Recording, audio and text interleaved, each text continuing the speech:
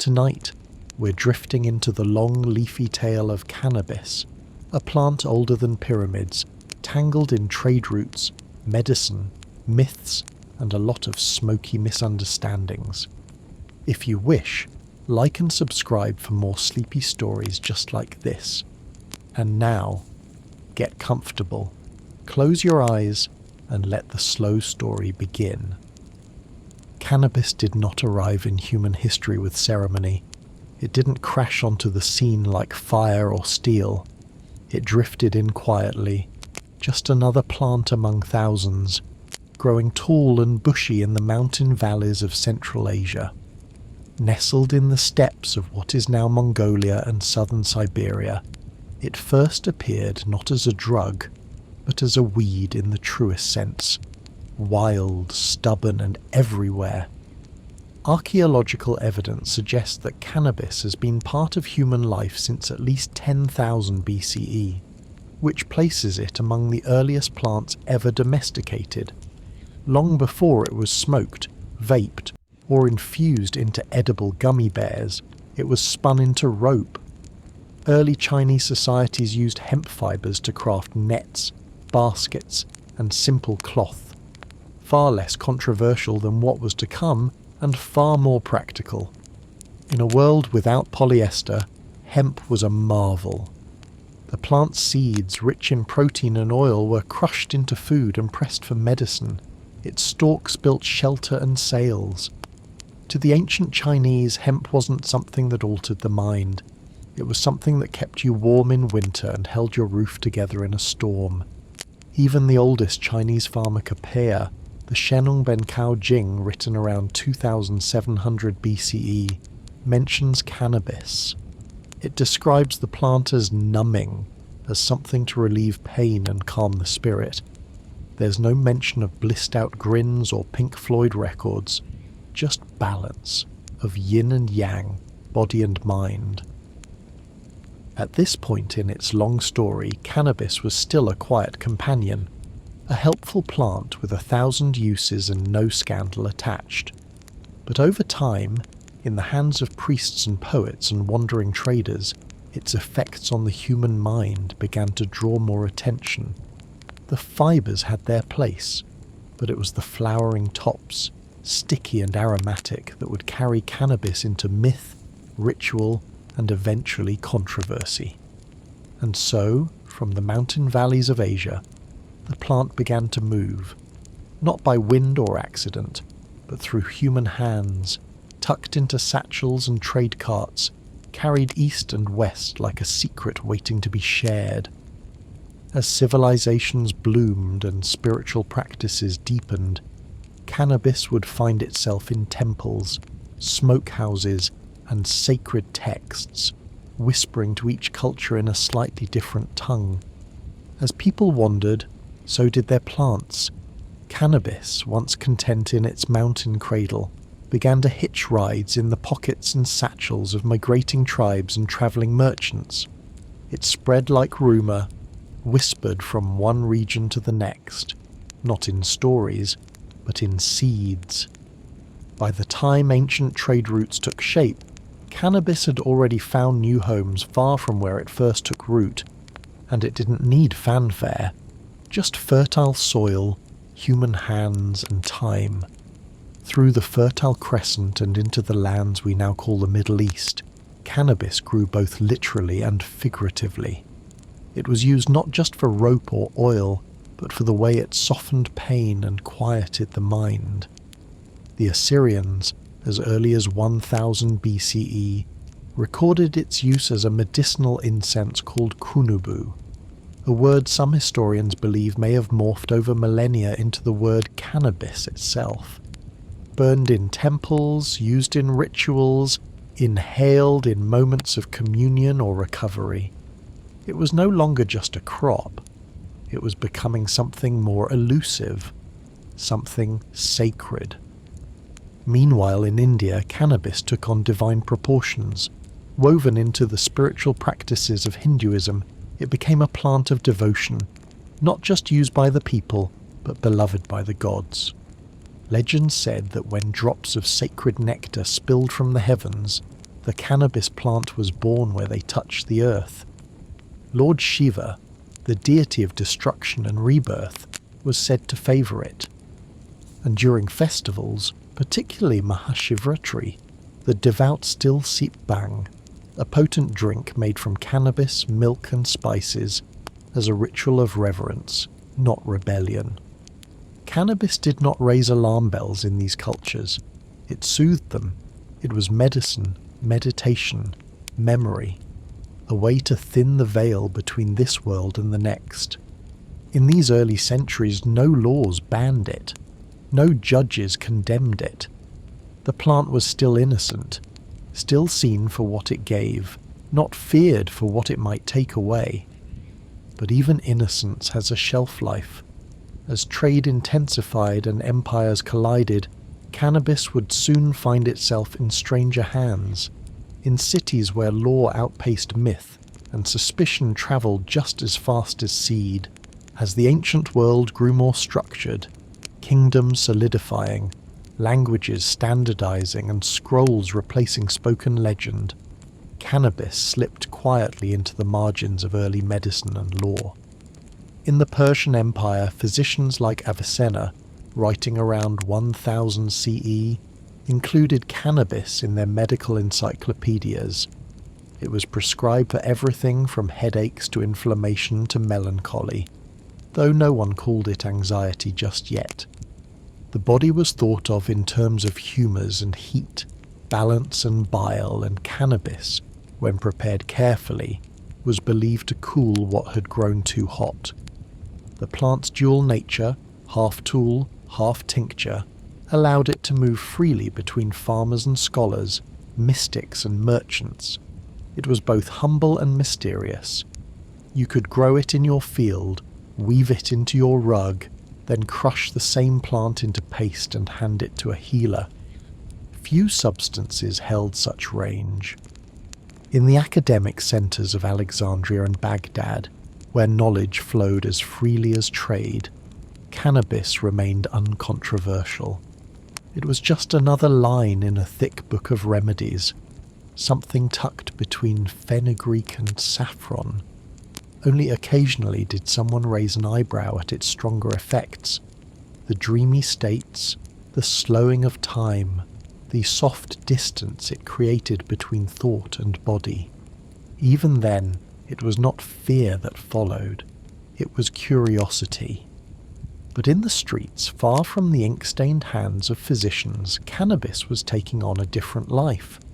In the cafes and alleys of Cairo, it became something social, crumbled, rolled and shared. A leaf passed between friends or strangers, or wanderers who needed a bit of calm after a long journey under a hot sun. It became a conversation starter, and also sometimes the conversation itself. And just as incense hung in the air above prayer mats, cannabis smoke began to hover around ideas, of art, of rhythm, of the world softened just slightly at the edges. By the time it reached North Africa, it had taken on a name still spoken today: hashish, a dark, sticky resin, rolled into balls or bricks, smoked slowly and reverently. Where the plant once held rope together, it was now beginning to hold attention instead.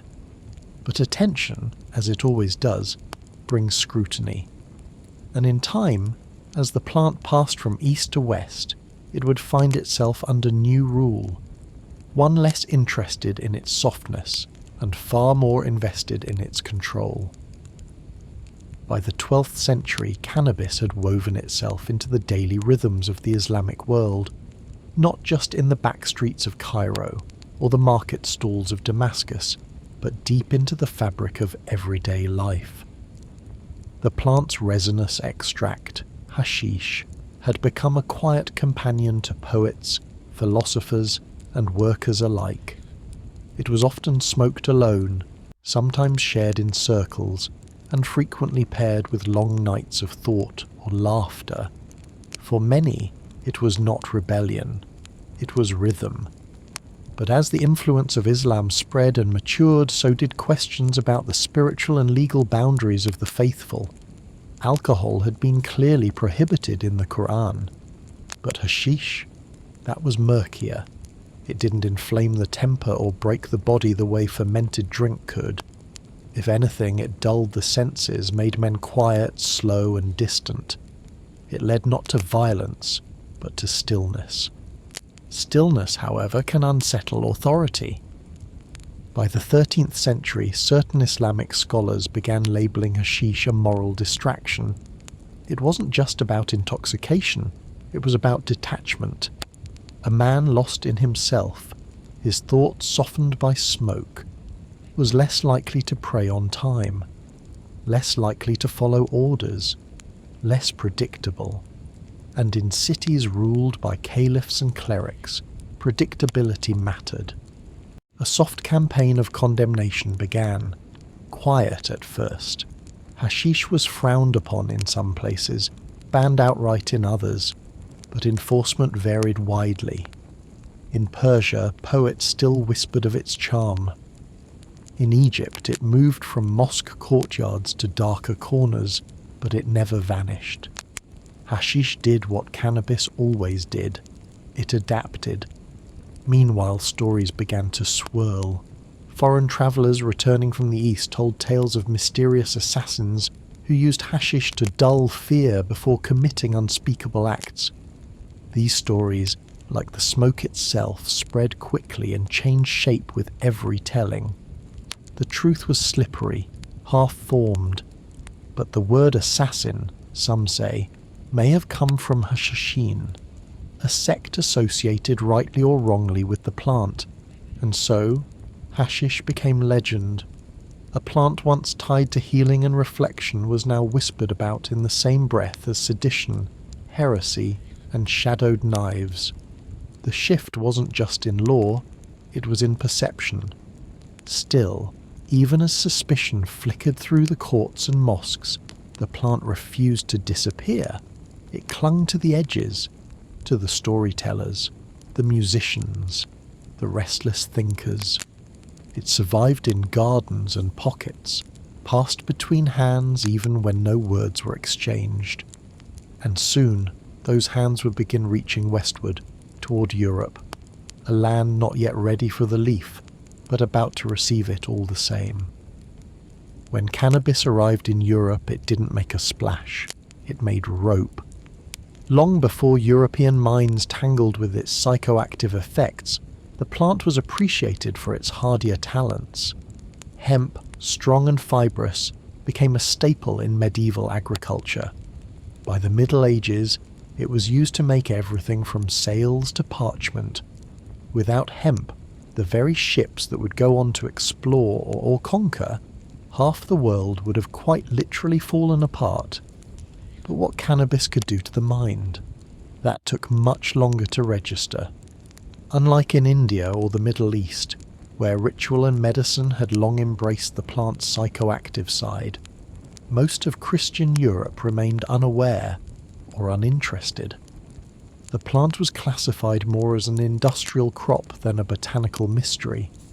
The Church, wrapped tightly in doctrine and suspicion, didn't exactly encourage experimentation with altered consciousness. Mysticism was acceptable only when pre-approved by Rome. And yet the threads of knowledge were beginning to pull. As Islamic texts were translated into Latin during the 12th and 13th centuries, European scholars encountered descriptions of hashish, not just as a plant, but as a cultural force. Writings from travellers and returning crusaders spoke of Eastern peoples who indulged in sweet-smelling herbs that caused visions, laughter, and sometimes fits of silence. It was observed, not yet judged, not quite understood. These reports fascinated and unsettled the Christian elite. A plant that could alter one's mind without fermentation. That didn't fit into their neat categories, and so, for the most part, it remained an exotic curiosity. Something that happened over there in the lands of deserts and domes. Meanwhile, in Europe's fields, hemp kept growing. Farmers planted it by royal decree, Monarchs like Henry VIII even required its cultivation to support the growing needs of navies. It was a practical crop in a practical age, and no one seemed in a hurry to explore its more imaginative effects. But that wouldn't last forever. The Renaissance was stirring, a time of rediscovered texts, expanded trade, and increasing curiosity about the natural world. The old boundaries between medicine and magic were beginning to blur, and as new plants flowed in from distant lands, so too would cannabis begin to change shape again. No longer just stalks and seeds, but something smokable, thinkable, even controversial. It just needed the right empires and the right explorers to give it a push. The wind that pushed sails across the Atlantic carried more than ambition. It carried seeds, carefully packed, often mandated by empire, and among them, hemp. As the age of exploration surged through the 15th and 16th centuries, cannabis followed quietly behind flags and trade charters, tucked into barrels of grain and sailors' pockets. It was never the reason for the journey, but it always came along. The plant's industrial value made it indispensable to maritime powers like Portugal, Spain, France, and England. Hemp rope didn't rot like cotton, it didn't snap like flax. It was strong enough to hold ships together and flexible enough to keep sails catching wind through months at sea. So colonial powers brought it with them, to the Americas, to Africa, to islands scattered across the globe like stepping stones toward empire. But what started as practical soon began to shift.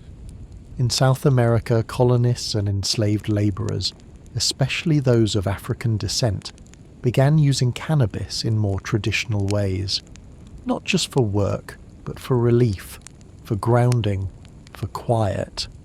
These uses weren't written about in European journals. They were whispered, passed from worker to worker, sometimes discouraged, sometimes ignored. And in the vast plantations of the Caribbean, cannabis found new soil, both literal and cultural, in which to root itself. In Brazil, the Portuguese referred to it as maconha, a term still used today. In colonial outposts across the West Indies, it was smoked in small clay pipes or mixed with tobacco. At times, it was tolerated. At others, it was condemned. But it never left. Meanwhile, in North America, English settlers were told to grow hemp by law. The Jamestown colony was ordered by the Crown to cultivate it, and for generations hemp remained one of the colony's essential cash crops, used for rigging, fabric, and eventually early American currency paper. Presidents like George Washington and Thomas Jefferson grew hemp, though there's no evidence they smoked it, or at least none they wrote down. Still, psychoactive cannabis, the kind associated with hashish and bang, remained largely absent from the European and early American consciousness. They were growing the body, not the mind. Industrial hemp was everywhere, but the soul of the plant, its calming, wandering spirit, was mostly forgotten by the West. That would change soon. Empires, after all, are rarely good at keeping secrets, and as the British Empire reached into India, it would find that some crops didn't just grow, they lingered. When the British Empire expanded into India in the 18th and 19th centuries, it didn't just take spices, textiles, and territory. It also absorbed the deep, complex relationship Indians had cultivated with cannabis over millennia.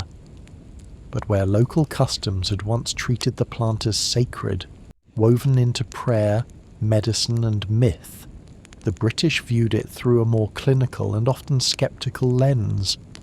Cannabis was already everywhere in India, sold in bazaars, sipped in bang during festivals, rolled and smoked in the alleyways of Varanasi, where sadhus and holy men used it to still the mind and enter deeper meditative states. It wasn't considered a vice. It was for many a spiritual tool, a way to connect with the divine, to soften the ego, to slip into the space between thoughts.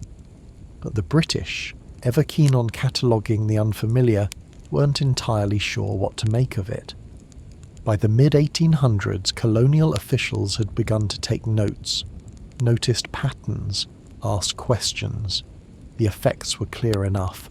Laughter, sluggishness, sometimes a sleepy euphoria. But so were the contradictions. Some Indians swore by it for pain.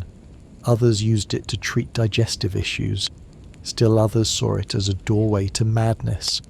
Rumours even spread of hashish causing insanity, though such claims were rarely backed by anything firmer than gossip and general colonial discomfort with practices they couldn't quite categorise. So the British did what they often did when confused. They formed a committee. In 1893, after a series of conflicting reports, the colonial government launched the Indian Hemp Drugs Commission, a sweeping investigation into the effects, prevalence, and potential dangers of cannabis in the subcontinent. It was one of the most exhaustive drug studies ever conducted up to that point, spanning hundreds of interviews and thousands of pages. And what did they find? That cannabis was widely used, mostly non-problematic, and deeply rooted in culture and tradition. Its effects varied depending on preparation and dosage. Its dangers, while not non-existent, were far from epidemic. The report ultimately concluded that prohibition would be both impractical and unnecessary. For a brief moment, reason seemed to win. The empire, at least in this one case, chose tolerance over restriction. But that equilibrium wouldn't hold forever. As the 20th century crept closer, and Western anxieties about mind-altering substances began to gather speed, cannabis would soon find itself swept into new moral panics, not because of what it did, but because of where it came from and who was using it. As the 20th century dawned, cannabis stood at a crossroads. In much of the world it was still a household remedy, a cultural relic, a spiritual aid, but in the rising industrial West, especially in the United States, something began to shift. The plant, once neutral, now carried baggage. Not botanical baggage, but social and political. It was no longer just a plant. It was a problem. The change didn't happen overnight. In fact, in the early 1900s, cannabis still had a place in American pharmacies. It was listed in the US Pharmacopoeia and sold in tinctures as a treatment for insomnia, migraines, and even menstrual cramps. Drugstores stocked it in little brown bottles with neat paper labels. Doctors prescribed it. Patients used it. And for the most part, no one made much fuss. But the winds of public opinion are rarely still, and by the 1910s and 1920s, a different narrative began to take root, not in labs or clinics, but in newspapers, courtrooms, and city streets. In the wake of the Mexican Revolution, waves of immigrants crossed into the American Southwest, bringing with them language, food, music, and cannabis. The variety they used, smoked rather than tinctured, was unfamiliar to most Americans. So were the people using it. And in a political climate already anxious about race, labour and immigration, it didn't take much for the unfamiliar to be cast as dangerous. The word marijuana, derived from Mexican Spanish, began to appear in headlines, not as a medicine, but as a menace. The same plant sold in pharmacies as cannabis was suddenly transformed, in public imagination, into something darker, something foreign. The name alone helped distance the plant from its respectable medical history. Soon, tales began to circulate, breathless, theatrical stories about crazed marijuana users driven to madness and murder. Jazz musicians were accused of spreading it through nightclubs. Immigrant workers were said to smoke it and become violent. None of this was grounded in solid evidence, but it didn't need to be. Fear spreads faster than facts. By 1930, cannabis had gone from cure to curse in the minds of many policymakers, and perched at the centre of that transformation was a man named Harry Anslinger, whose name would soon become synonymous with the American war on weed. But before the crackdown came the messaging, the moral scaffolding that would justify it all, and with Anslinger's rise, cannabis would move from cultural suspicion into full-blown demonization. If cannabis had a sworn enemy in the 20th century, it wasn't a scientist or a doctor. It was Harry J. Anslinger, a tall, sharp-jawed man with a badge, a deep distrust of jazz, and a remarkable gift for public panic. Appointed in 1930 as the first commissioner of the newly formed Federal Bureau of Narcotics, Anslinger had a problem. Not with cannabis exactly, but with budget justification. Alcohol prohibition was winding down and the Bureau needed a new villain. Something to rally around, something to chase. Cannabis, until then, hadn't been a major focus of federal attention.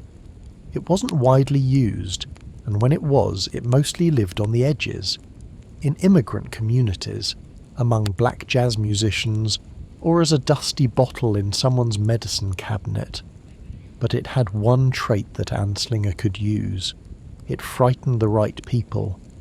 He began collecting stories, many of them exaggerated, some completely fabricated, about marijuana users descending into madness. He kept a file called Gore Files, filled with gruesome newspaper clippings and sensational tales. A man who smoked a joint and murdered his family. A boy who took one puff and went insane. They were thin on science, but thick with drama. Anslinger wasn't just building a case, he was writing a script. He partnered with newspapers, especially the vast media empire of William Randolph Hearst, whose papers printed dozens of lurid marijuana headlines. Murder weed found upstate. Marijuana, assassin of youth. The stories bled into popular culture, and the public, largely unfamiliar with cannabis themselves, believed what they read. Or at least they got nervous. By the mid-1930s, the plant was no longer a dusty curiosity. It was a moral panic. Anslinger spoke before Congress with the stern certainty of a man reading from stone tablets. He didn't cite the Indian Hemp Drugs Commission, or the centuries of peaceful use in other cultures. He didn't need to. He had fear, and that was enough. He once famously declared, "Reefer makes darkies think they're as good as white men." In one sentence, he tied cannabis to both crime and race, in a way that was designed to stick. And tragically, it did. In 1937, under his guidance, Congress passed the Marijuana Tax Act, effectively criminalizing the plant by making its use or possession an expensive bureaucratic nightmare. It didn't outright ban cannabis, but it made it so difficult and legally risky that its decline was inevitable. Doctors objected, pharmacists protested. The American Medical Association warned that the law was based on fear, not fact. But the machine had already been built, and its gears were turning. Cannabis was now criminal. And as America marched toward World War II, that criminalization would begin to ripple out, spreading not just across the country, but eventually across the world. Just a few years after the Marijuana Tax Act had effectively criminalized cannabis in 1937, the United States found itself in an awkward position. The world was at war, materials were scarce, and suddenly, one of the most criminalized plants in America was needed again, not for smoking, but for sailing, stitching, and surviving. When World War II broke out, access to traditional sources of industrial fiber, like jute from the Philippines, was cut off by Japanese occupation. The US military, scrambling to find alternatives, turned back to a familiar friend, hemp. Not the hashish-laden leaves of tabloid nightmares, but the tall, tough stalks that had once supported navies, held up wagons, and made the earliest American flags. And so, in 1942, with a straight face and no sense of irony, the US government launched the Hemp for Victory campaign. Yes, the same plant that had just been demonized in Congress was now the subject of government-sponsored propaganda, encouraging farmers to grow as much of it as possible. A short film produced by the US Department of Agriculture instructed patriotic farmers on how to cultivate, harvest and process hemp for ropes, parachute webbing and uniforms. Fields bloomed across Kentucky, Wisconsin and parts of the Midwest. Thousands of acres, all legal, all encouraged. The contradiction was never fully addressed. Publicly, marijuana was a menace, but quietly, hemp was a hero. It was a strange moment, a kind of bureaucratic doublethink where the stalk was useful and the flower was forbidden. The plant hadn't changed, only the story around it had. It was now a shapeshifter, defined not by what it did, but by who needed it, and why. When the war ended in 1945, the program was shut down. The licenses were revoked, the encouragement stopped, and cannabis, once again, slipped back into its outlaw role. The fields went quiet. The same farmers who'd been praised for growing it were now reminded it was, in fact, illegal. No public apology was issued. No acknowledgement of the confusion, just silence. And as the Cold War took hold and America's cultural anxiety shifted inward, cannabis would be dragged into even deeper waters. No longer just a crime, but a threat to national morality. In the coming decades, the plant would be caught in the crosshairs of conformity, rebellion, and the simmering unrest of a new generation. The 1950s in America arrived with a crisp haircut and a collared shirt. It was the era of Levittown, backyard barbecues and black and white sitcoms where every problem could be solved in 22 minutes. The war was over, the economy was booming, and the ideal American family was sold like a washing machine, shiny, orderly, and proudly normal. Cannabis, of course, had no place in that picture. By now, the line between hemp and marijuana had been thoroughly erased in public discourse. To most Americans, the plant wasn't a useful crop or a folk remedy anymore. It was a vice, a gateway, a symbol of deviance, something associated with jazz clubs, border towns, and now, increasingly, the growing fear of juvenile delinquency. Federal penalties tightened. In 1951, the Boggs Act passed, setting mandatory minimum sentences for drug offences, including cannabis possession. A single joint could land someone in prison for years, no questions asked. And in 1956, the Narcotics Control Act doubled down. Judges had less discretion. The message was clear. Cannabis wasn't just illegal. It was dangerous, and using it made you dangerous too. Of course, this harshness wasn't rooted in data. It rarely is. The laws were less about the drug and more about maintaining a cultural narrative, a tidy vision of American life where problems were external, imported, and easily jailed. In that story, cannabis was both symptom and cause, often entangled with fears about race, immigration, and social change. But beneath the surface of that starched suburbia, cracks were beginning to form. Quietly, cannabis continued to circulate, not in boardrooms or PTA meetings, but among artists, musicians, writers, and restless teenagers.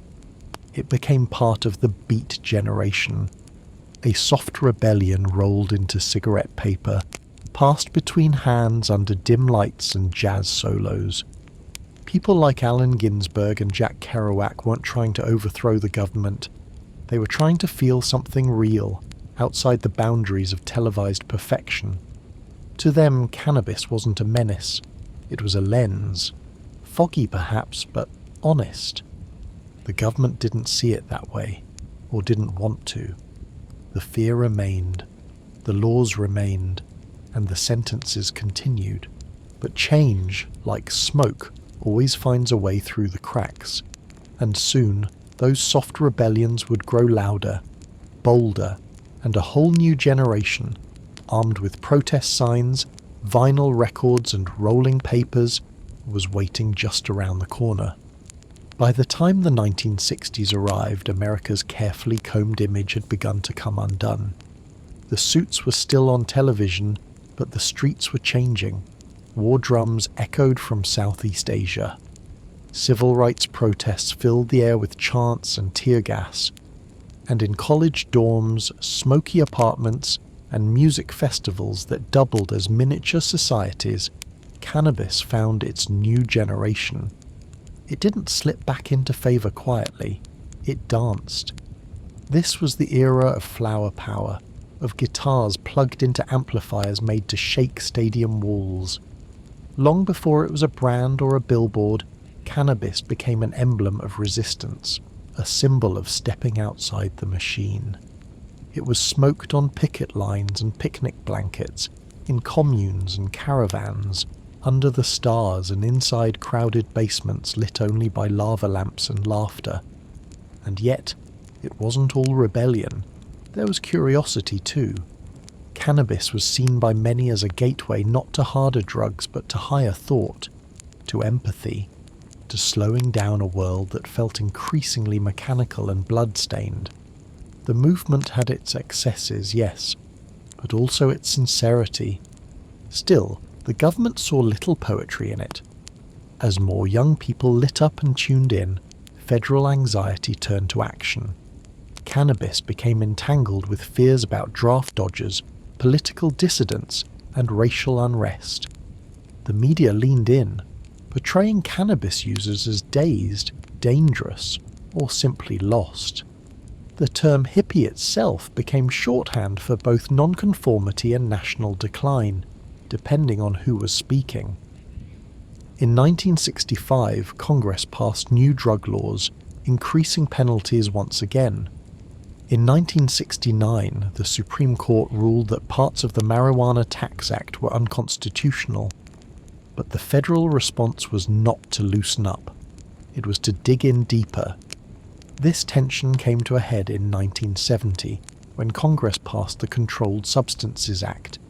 Cannabis was suddenly listed as a Schedule I drug, defined as having no accepted medical use and a high potential for abuse. It now shared legal status with heroin and LSD, while substances like cocaine and methamphetamine were placed lower. It was a classification driven not by science but by symbolism. The government wasn't just controlling a substance, it was trying to control a shift in consciousness. And that shift, as it turned out, wasn't going anywhere. In the next chapter of cannabis history, we'll meet the man who turned a cultural moment into a political war. And once again, the plant would become more than just itself. It would become an enemy. In 1971, standing at a podium with an air of solemn determination, President Richard Nixon addressed the nation and declared what would become one of the most sweeping and enduring policies of the modern era, the war on drugs.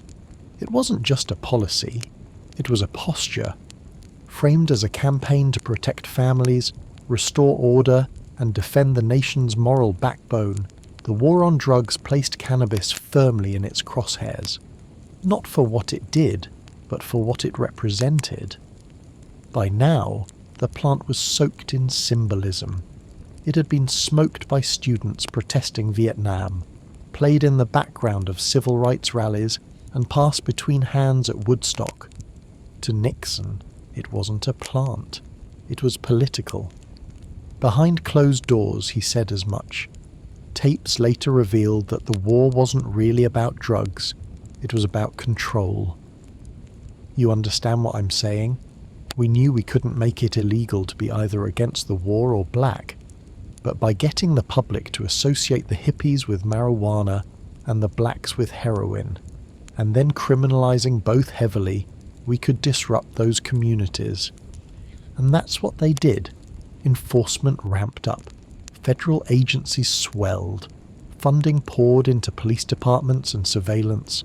Arrests for marijuana possession skyrocketed, disproportionately targeting Black and Latino communities. A substance once shared between farmhands and mystics was now a reason for handcuffs. Ironically, at the very same time, scientific research into cannabis was quietly expanding. Doctors and academics began to question the harsh classification of the plant. Some studies even pointed to medical benefits, particularly for glaucoma, nausea, and pain relief. But politics moved faster than peer review. In 1972, the Schaefer Commission, which Nixon himself had appointed to study marijuana policy, issued its findings. The conclusion was clear: cannabis should be decriminalized. It wasn't addictive in the way heroin or cocaine was. Its social harms were exaggerated. The laws were doing more damage than the drug. Nixon rejected the report outright. The war had already begun, and truth had no place on the battlefield. By the mid-70s, thousands of young people were behind bars for possession. Entire communities felt the weight of surveillance, arrest, and imprisonment. Not for violent crime, but for a plant that had once been used to calm nerves and soften the edges of thought. But culture is a stubborn thing. Even as the government cracked down, the music kept playing, the artists kept painting, and in private, millions kept smoking. And slowly, even amid the haze of propaganda and prison sentences, whispers of medical cannabis began to grow louder. By the late 1970s, cannabis was still a Schedule I drug, still swept up in the storm of the war on drugs, and still treated by federal policy as something inherently criminal. But behind the noise of arrest statistics and tough-on-crime speeches, something else was happening. Something quieter, more personal, and far more human. People were getting sick, and some of them were getting better with cannabis. The medical cannabis movement didn't begin in a courtroom or a lab. It began in hospital rooms, living rooms, and kitchen chairs, where patients living with pain, nausea, seizures, and terminal illness began turning to cannabis not out of rebellion, but out of desperation. Cancer patients undergoing chemotherapy found that smoking marijuana helped ease the relentless nausea. People with glaucoma discovered that cannabis could reduce the pressure in their eyes, and some patients with epilepsy found relief from seizures where traditional medications had failed. But the law didn't care much about relief. Even in places where medical necessity was obvious, patients risked arrest simply for possessing a small amount. Doctors, too, were silenced, warned not to discuss cannabis with patients for fear of losing licenses. Science was developing inch by inch, but policy stood still. One of the first national figures to publicly challenge that silence was Robert Randall, a man with advanced glaucoma who sued the US government in 1976, arguing that cannabis was the only thing preventing him from going blind. He won. Sort of. The court ordered the government to provide him with cannabis under what became known as the Compassionate Investigational New Drug Program. It was bureaucratic, inconsistent, and extremely limited. But it was the first federal acknowledgement that, under at least some circumstances, cannabis had medical value. Randall received government-issued joints, pre-rolled and sealed in a tin for the rest of his life. The case didn't lead to sweeping reform, but it cracked open the door, and through that narrow space, others began to step. Throughout the 1980s, while the White House ramped up anti-drug messaging with slogans like "Just Say No," patients and advocates quietly built a different movement, one rooted in dignity, not defiance. It was slow work, often thankless, but it would eventually become impossible to ignore. And as the AIDS crisis erupted in the late 80s, bringing waves of illness and suffering the government was painfully slow to address, cannabis would become more than a treatment. It would become an act of survival, and resistance. In the shadow of the AIDS epidemic, the landscape of cannabis shifted. No longer whispered in alleyways or passed between poets, it became a quiet protest in pill bottles and bedside drawers. In cities like San Francisco, where the virus tore through communities with devastating speed, cannabis became an ally, not in theory, but in practice. By the mid-1980s, thousands of people living with HIV/AIDS were facing a cruel double threat: the disease itself and the withering side effects of the medications meant to slow it down. Nausea, appetite loss, wasting syndrome, depression, pain that settled into bones and refused to leave.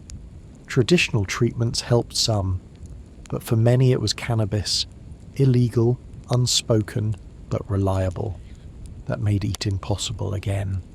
That soothed the spasms, that brought sleep where sleep had fled. There was no official policy, no federal endorsement. Patients risked arrest every time they lit up, but it was hard to ignore what was happening. In hospices, cannabis was being passed between friends not to escape life, but to remain in it, to have the strength for one more meal, one more laugh, one more moment of dignity. It wasn't just a plant anymore. It was a form of care where no other care was coming. Out of this desperation grew activism. People like Dennis Perron, a Vietnam veteran and openly gay man who lost his partner to AIDS, began to push back. He helped organize Cannabis Buyers Club, illegal storefronts that operated like underground pharmacies, serving sick patients who had nowhere else to turn. These clubs weren't recreational, they were lifelines. In 1991, San Francisco voters passed Proposition P, urging the state of California to allow doctors to recommend cannabis. It was non-binding, symbolic, but it mattered. It was the first time a US city officially voiced support for medical marijuana.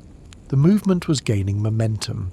The narrative was changing, not just among activists, but among doctors, families and patients who had seen too much to stay silent. Even politicians began to feel the pressure, not because the science had suddenly changed, but because the stories had become too many to ignore. And then, in 1996, everything changed. With the passage of California's Proposition 215, cannabis became legal for medical use in the state, the first such law in the nation. It wasn't perfect, it left much to interpretation, but it marked a line in the sand. The federal government still considered cannabis a Schedule I drug, but in California, patients could now access it without fear of jail. From that moment forward, the tide was no longer subtle. It was turning. When California legalized medical marijuana in 1996, it cracked the dam. But what followed wasn't a flood of clarity, it was a trickle of contradictions. Almost immediately, other states began to take notice. Oregon passed its own medical cannabis law in 1998. Alaska and Washington weren't far behind. Voters in liberal strongholds, and even some conservative ones, showed surprising support for medical access. The idea was simple. If a plant helped people in pain, who were they to say no? But while states were opening their arms, the federal government kept its fists clenched. Under federal law, cannabis remained a Schedule I substance, still classified as dangerous, addictive, and without medical use. This meant that even if a state declared cannabis legal, a federal agent could still kick in the door of a dispensary, seize its products, and arrest everyone inside. And they did. Throughout the early 2000s, federal raids on legal medical dispensaries became almost routine. Patients with cancer, epilepsy, or multiple sclerosis often lived in fear, not of their illness, but of losing access to the one thing that brought them relief. Some dispensaries operated quietly, with blackout curtains and false walls. Others stood defiantly, daring authorities to come. And in the middle of it all were the doctors, some cautious, others bold, trying to navigate a world where recommending cannabis could mean risking a license. The language mattered. You couldn't prescribe it. You could only recommend it. The dance between state permission and federal prosecution became intricate and exhausting. Still, the movement pressed forward.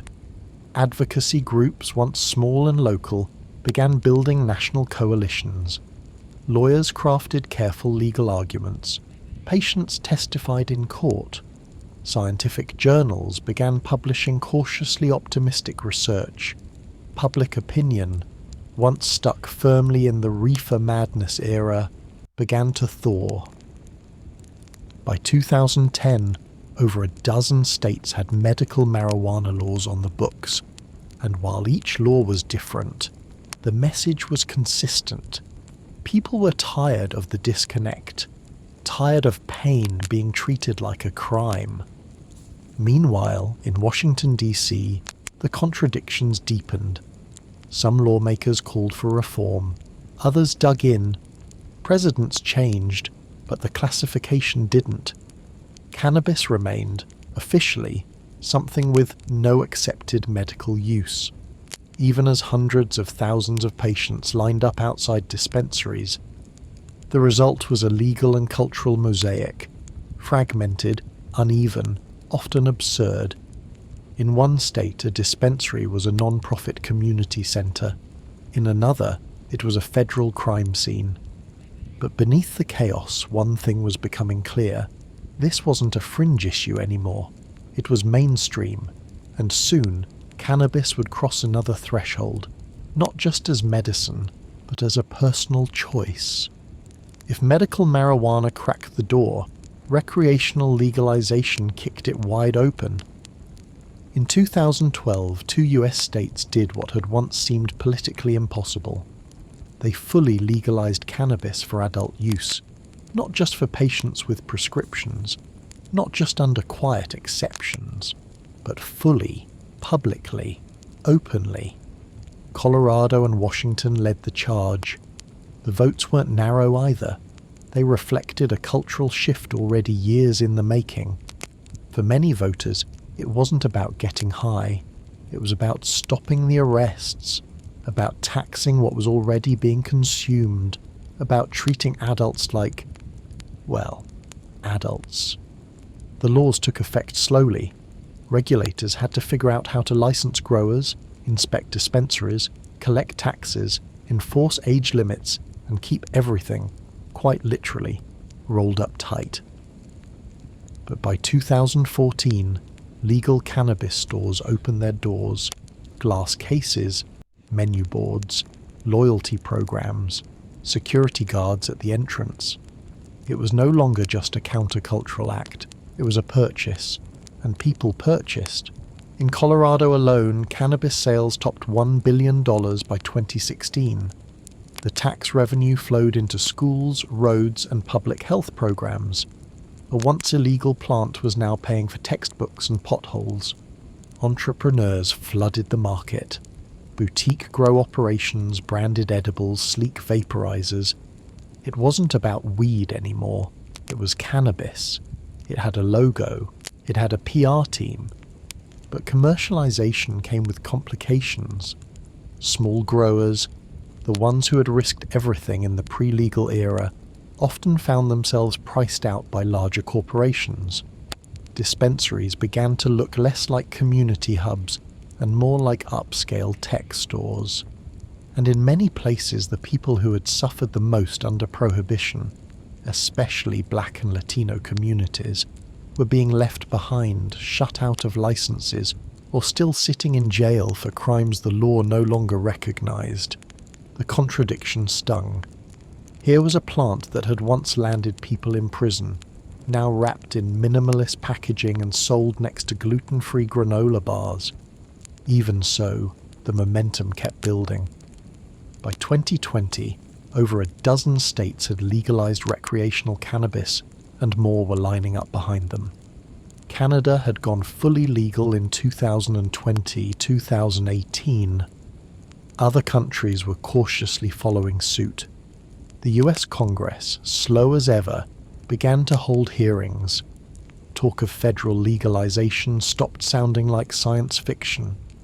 Still, the scars remained, years of fear, arrest, stigma, and lost time. And yet, there it was, cannabis. Not just tolerated, but celebrated, tweeted, reviewed, labelled as indica or sativa, like a fine wine. A plant once confined to secret gardens, now grown in warehouses with climate control and corporate oversight. But even as it sat in storefronts and digital shopping carts, one question lingered. Had legalization truly healed the history that came before it? As the scent of legalization drifted across the world, it carried with it the sweet breath of progress and the bitter reminder of what had come before. For millions, cannabis was now legal. Storefronts buzzed with business. Medical patients had access. Stigmas were beginning to unravel, and yet the deeper truth remained. While some were profiting, others were still imprisoned. Across the United States, even as new laws rolled out and dispensaries flourished, tens of thousands remained behind bars for non-violent cannabis offences, many for minor possession charges. In some states, a product that could now be bought with a credit card on Main Street was still a felony just one county over. The law had changed, but not evenly, and the weight of history hung heavy. For decades, Black and Latino communities bore the brunt of cannabis enforcement. Studies showed these groups were up to 4 times more likely to be arrested for marijuana possession than white counterparts. Despite similar usage rates, families were broken, careers derailed, futures stolen. Legalization, when it arrived, often didn't come with a map for repair. Still, some states began to try. Expungement programs were created to clear old records. Social equity licenses were introduced to help those most harmed by prohibition enter the legal market. Cities like Oakland and Los Angeles launched initiatives aimed at leveling the playing field. Some succeeded, many stumbled. It turns out justice doesn't automate as easily as a point-of-sale system. Meanwhile, the science of cannabis was evolving. New research began to validate what traditional cultures had known for centuries, that cannabis could ease pain, calm seizures, soften trauma, that it wasn't a cure-all, but it wasn't poison either. And as that research grew, so too did the conversations about dosage, about age, about mental health, about balance. Cannabis, like any medicine or pleasure, requires care, and yet it has endured more punishment, suspicion and myth than most substances ever will. Now, in the quiet spaces left behind by its turbulent history, cannabis is something new again. For some, it's a nightcap. For others, a balm. For a few, still, a lifeline. And for all, a reminder that truth often travels slowly, and healing, of body, of law, of culture, takes more than changing a rule. It takes remembering the story. And so the smoke drifts upward, a little freer now, not erased, not perfected, but understood.